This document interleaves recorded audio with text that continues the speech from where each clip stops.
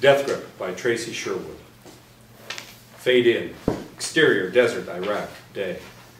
A pink heaven floats above the oppressive heat and shimmering sand as a lone Humvee rattles across the desolate makeshift road. Interior, Humvee, day.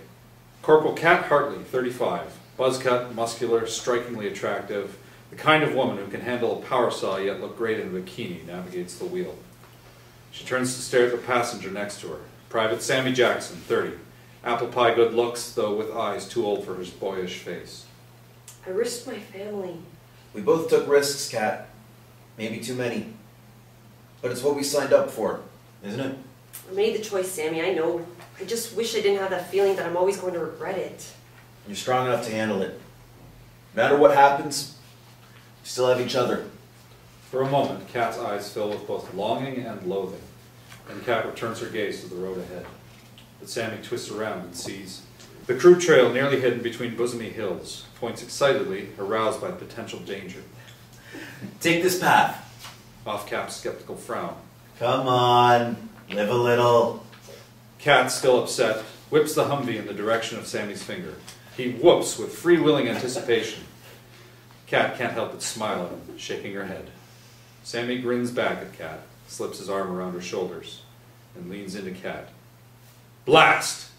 A mortar explodes beneath the Humvee, tossing the vehicle into the sky before crashing down on its side, trapping Sammy behind the door. Exterior, desert, day.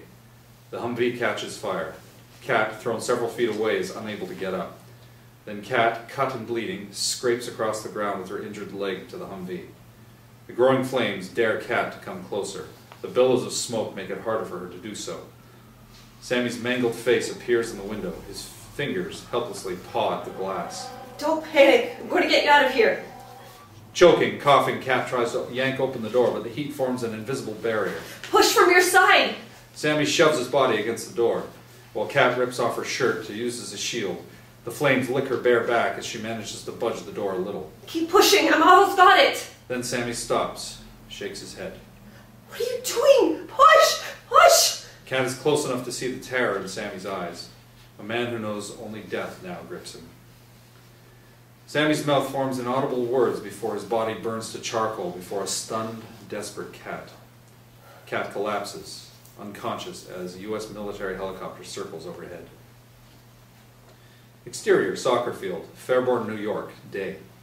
A helicopter passes overhead in the gentle blue suburban sky as Kat, still in soldier hair but wearing mismatched crop pants and uncomfortable wedges, contemplates the aircraft. While the vicious match of opposing teams of girls, 11 to 12, tear down the soccer field with the scent of blood, the spectators cheer, but the real competition is off the field. Between the troop of mothers in their uniform designer haircuts and Tory Burch outlet bargains sipping Starbucks, the mothers shoot curious glances at nearby Kat, whisper among each other. Kat suddenly notices the unwanted attention, focuses on her daughter, Alissa, 12, budding beauty in pigtails, chasing after the ball with graceful power. Kat's other daughter, Shayna, 8, studious tomboy, plays tag with other bored siblings of team members. Then Jackie Walker, 35, saccharine voice belies the sour aftertaste of her words, sidles next to Kat. Kat Hartley. I've been hearing so much about your big adventure, the woman who's been protecting our country. Jackie swabs her plumped lips with a tube of gloss. Can't take all the credit. There's been a few others. You'll have to tell me all about it one of these days. Fighting with guns and bombs and everything. I could barely manage a garden hose. Kat tries not to seem desperate to change the subject. I'm still planning on making marshmallow squares for the PTA bake sale. Jackie sighs, shaking her head at perfect hair. About that. You see, Kat, there's already one other parent committed to bringing marshmallow squares. The official limit is one of the same item. And that's why we request our volunteers to carefully review the list before making their selection. The other mothers snicker. Sorry. I'll be certain to follow protocol in the future. Suddenly, the crowd reacts at Allison guiding the ball towards the goal. But Kat's yells are heard above the rest. Allison, embarrassed, struggles to ignore Kat, kicks the ball. Kat watches the ball torpedo towards the sun, a speedy white dot that morphs into a grenade in the blue desert sky that explodes. Cat screams, dives to the ground. The spectators grow still. The players stop. All turn to Cat. The ball misses its intended target, loses the game for Allison's team. Cat looks up and past the many pairs of prying, judging eyes before meeting Allison's hate-filled glare. Then Allison bolts off the field, disappears into the adjoining parking lot. Shayna runs to Cat, throws her small arms around her mother. You okay, Mommy? We'll get a grip. Cat forces a reassuring smile, but the guilt is in her eyes. Exterior parking lot day. Allison hides behind a parked car, watching. Players with their parents dragging lawn chairs and empty coolers to their vehicles, gossiping about Cat, while Cat silently loads the back of her Chevy truck. Shayna sees Allison in the near distance, shouts. Hey, Allison, you left all your stuff on the bench. The coach made me take it for you. Cat looks over at Allison, who turns away in time to discover her BFF and teammate, Kendall Walker, 12, mall girl pretty, with mother, Jackie, heading to their shiny Mercedes SUV parked next to Cat. Allison darts over to Kendall. Shayna grabs Allison's arm. Allison brushes Shayna away. Mom's taking us for ice cream. No, I'm not going with her. I'm going home with Kendall. Jackie cautiously approaches Cat, speaks deliberately. It's no problem if you're okay with that. I am fine, but Allison and I have plans. Allison jumps into the back of Jackie's car with Kendall, slams shut the door. Welcome to the terrible tweens. You must have had worse to deal with in the Middle East, shooting up all those terrorists. Cat meets Jackie's dark, sinister stare dead on. How many of those towel-headed desert monkeys did you get? Cat remembers Shayna standing next to her, protectively puts her arm around Shayna, leading her to the car. I have to go. Kendall powers the car window down. Come on, Mom, I'm hungry. I swear. Sometimes I'd like to run off and join the army. Jackie opens her driver's side door. I could never leave my kids. Guess I'll never know the meaning of true freedom. Jackie sighs, sadly contemplating, then suddenly remembers. Lemon squares, Cat. Bring lemon squares.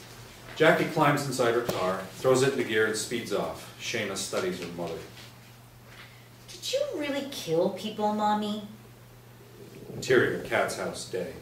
Cat's bedroom. Cat, in her bra and camis, rifles through the closet, throws her new conventional wardrobe into bags as husband Ben Hartley, 40, buttoned-down handsome, enters the room, stops, looks over his practical glasses at Cat. You throwing it all away?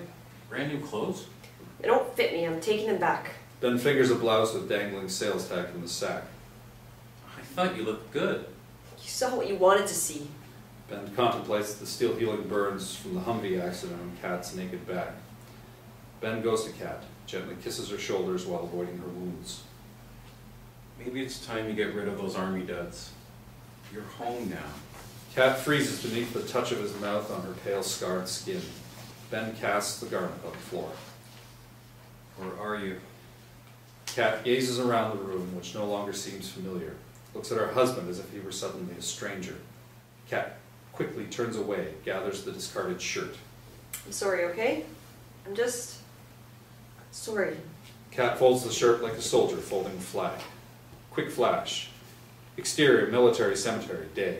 Sounds of mournful taps wailing from the bugle over military funeral. Desolate cadence of soldiers' drum roll. A group of soldiers fold the American flag from the casket bearing a framed photo of Sammy. Hand the flag to widow Mia Jackson, 30. Fragile beauty, hardening with bitterness, stands next to her son, Gunnar Jackson, 10. Handsome and stoic. Cat stands with Ben and their children at the very back of the crowded service. Cat forces herself not to sob. Ben contemplates Cat's grim face, staring at the ground, tentatively puts his arm around her. Interior, Veterans of Warfare Banquet Hall, day. Funeral reception. Soldiers, family, community mingle over plates of food. Ben, in starched shirt and drink in hand, brags to a small mixed group.